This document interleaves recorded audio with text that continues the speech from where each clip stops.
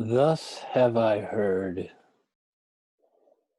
We hear these words at the beginning of all the ancient sutras. Thus have I heard, signaling the beginning of what is remembered of what the Buddha taught, spoken by Ananda, actually, the Buddha's attendant, who had the prodigal memory to be able to remember every single word the Buddha ever said. But these words, thus have I heard, are a sutra into themselves. They're actually a koan that we take up at one point, uh, perhaps in our journey through the koan curriculum as well.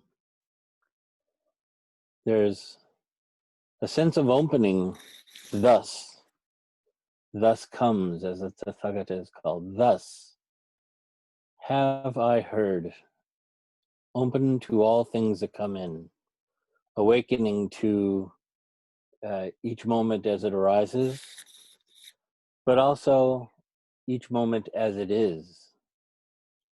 Thus have I heard.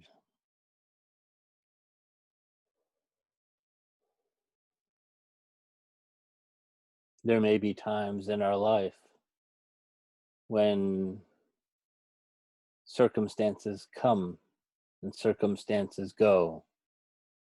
We get sick, we get well. We stay at home, we go out. We realize something, we are caught in cycles of ignorance. And there's this temptation to identify ourselves as the sick person, as the well person, as a person who realizes, as a person who goes out. But with thus have I heard, we signal a recentering of our lives into the world as it is. We are sick because we are in a world where people get sick. We are well because we are in a world where people get well.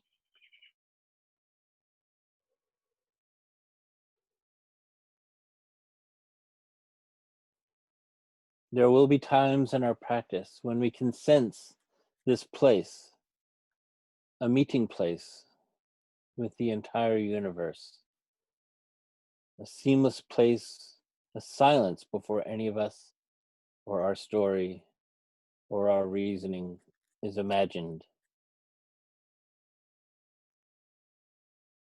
In these times of headphones and screens, it is important to recall this, that this is the context of our lives. That whatever else is happening, there is this eternal or timeless, boundless hearing, more immediate than anything that anyone can say about anything, more immediate than Zen and Buddhism,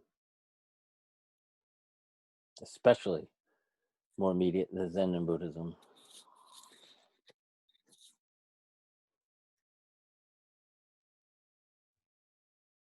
We see this in Shangu's Sweet Olive Blossoms, a case from the Entangling Vines, where a Zen master and a poet, it's not a Zen master and student, but a Zen master and a poet were visiting.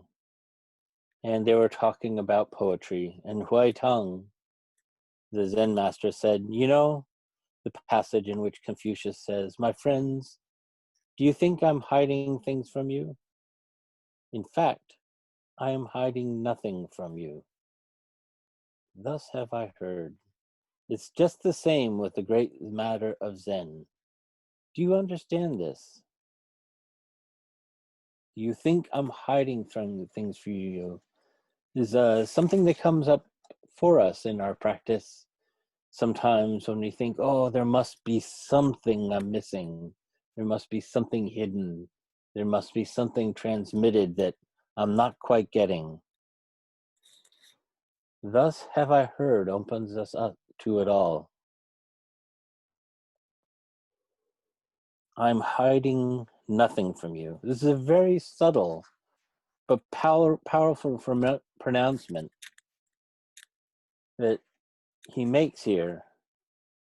And we need to make this point for ourselves, to ourselves.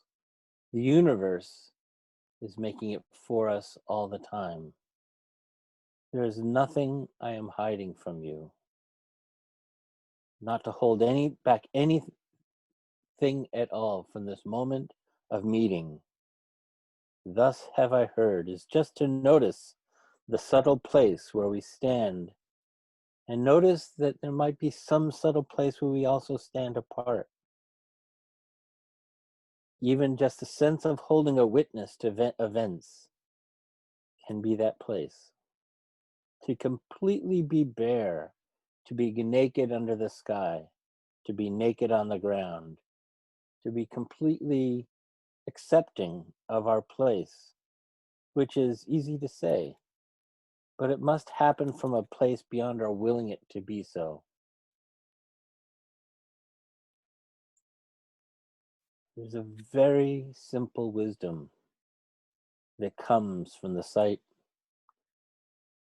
of the carpet on the floor, or a sneeze coming through the microphones. Achoo! It's not as a thing that will enlighten us, but a letting go of anything apart from thus have I heard in that moment, an allowing of oneself to be penetrated by every single living moment.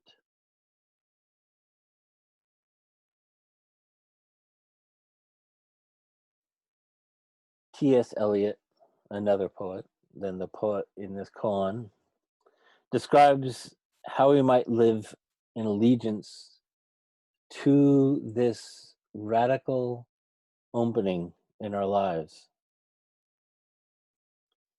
I said to my soul, he writes, I said to my soul, be still and wait without hope. For hope would be hope for the wrong thing. Wait without love, for love would be love of the wrong thing. There is yet faith, but the faith and the love are all in the waiting. Wait without thought, for you are not ready for thought. So the darkness shall be the light, and the stillness the dancing. What comes before thought? What is it to be still and wait without hope, without fear, without logic, without reason? So the darkness shall be the light, the darkness of not knowing, of receptivity to all things as they are. So that darkness shall be the light, and the stillness, the thusness, will be the dancing. So the poet Shangu that Huaitong was talking to, back to our poet and our Zen master, he says, I don't understand. And this is not something to be understood indeed. When we don't understand, that is good. Stay with this not understanding, as he did, and which becomes evident as the koan unfolds. So later, another day, Huitang and Shangu, the poet and the Zen master, were walking in the mountains, just walking and walking, winnowing, sitting zazen as we are, is a kind of walking. And they were walking in an area where the air was filled with the scent of this particular tree called the sweet olive blossom, very fragrant tree. And I just want to call attention to that walking, which is a sense of wandering, which is a sense of just letting your feet follow one another. There's a sense when we're walking slowly and without agenda of just allowing things to be as they are. Lately, I've started calling attention to an indigenous tradition from the United States, the Navajo tradition. They call it Hojo, which means beauty, but it's not beauty as in adornment, as in beautifulness, as in something that's nice as opposed to not nice. The word beauty is actually more aptly translated as beauty just, or just as it is, just as you are beauty. And they describe this beauty just, beauty hyphen just, as a description of what a balanced life can be, and particularly as a healing property, this beauty of beauty just, which we can hear an echo of, thus have I heard in this, as a healing property, particularly for traumatized warriors coming back, or people who have suffered from addictions. And they'll take people through a 3-day ceremony of sand paintings and mandala, very similar to the Tibetan tradition. And there's this one phrase that they use in particular. There's a longer tradition, which I'm not privy to, but I love this phrase that they use, and they were used to remind this person of that moment of thus have I heard. It says, with beauty behind me, may I walk.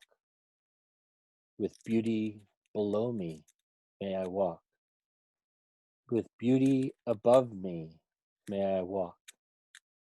With beauty all around me, may I walk. May I walk in beauty. This sense of beauty all around you. Beauty is not something you're going towards, but it both precedes you and is behind you. It is above you and below you. Beauty just as it is, which is who you are, might be another translation of this.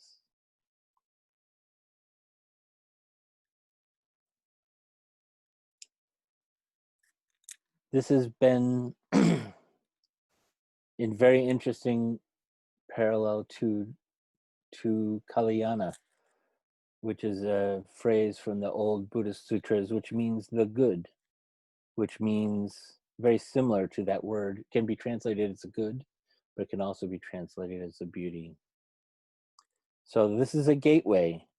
There is something in what is beautiful just entirely a part of experience, not reducible to concepts, not reducible to rules, not reducible to any kind of guidelines, but a gateway into the not to, into the natural compassion of being just, beauty just. So Huitang and Shanggu were walking in the mountains, as we said, and Huitang, they were walking amongst these fragrant, sweet olive blossoms. And Huitang asks the question, do you smell the fragrance of the blossoms? It's not an instruction. It's not guidance. He's not saying, do this, smell the olive blossoms. He's just asking, right now, with it above you, below you, and around you, do you smell the fragrance of the blossoms? Shanggu said, I do. And then he brings him back to the original question. Huitong said, see, I am hiding nothing from you. He completely steps out of the way and invites Shanggu into the experience, which has always been there, which precedes and enlightens him. I am hiding nothing. It cannot be given from one person to another, this realization. We can only get out of the way. It cannot be given or taken at all. And it's not even a thing. It's more of a nakedness. This dharma of beauty just, this dharma of thus have I heard, is not the rules we make about how we are to practice. It's not about following a meditation procedure. It's not about koans, as much as it pains me to say it. It's not about rituals. It's not about any teaching whatsoever, or any teacher whatsoever, except for the teacher of thus have I heard. And when we find ourselves exactly as that is, exactly as this is, naked beneath the empty sky on the bare ground, it's only when we stand on that bare ground with no strategy, no plan B other than to be open to thus have I heard, no idea even about what this might mean, then whatever comes forward in that moment, whatever emerges in that moment, that is the Dharma.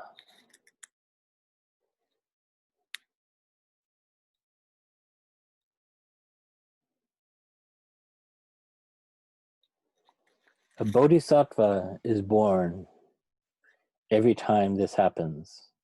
Every time we awaken to the sweet olive blossoms, the beauty just, the hearing of the world, the hearing of the cries of the world.